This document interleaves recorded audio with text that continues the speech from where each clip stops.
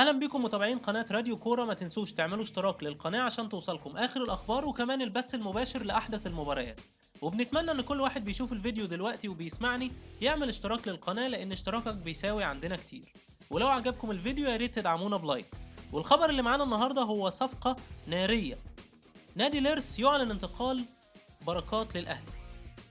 أعلن نادي ليرس البلجيكي عن توصله لاتفاق مع النادي الأهلي بخصوص انتقال لاعب الفريق عمرو بركات للنادي الأهلي.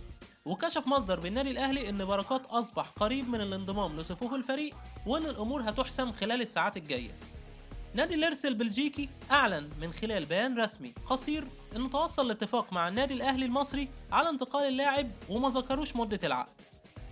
وذكر ليرتس إن بركات كان اتعرض لإصابة بعدته عن الفريق خلال عدة شهور قبل ما يرجع مرة تانية للمشاركة معاهم.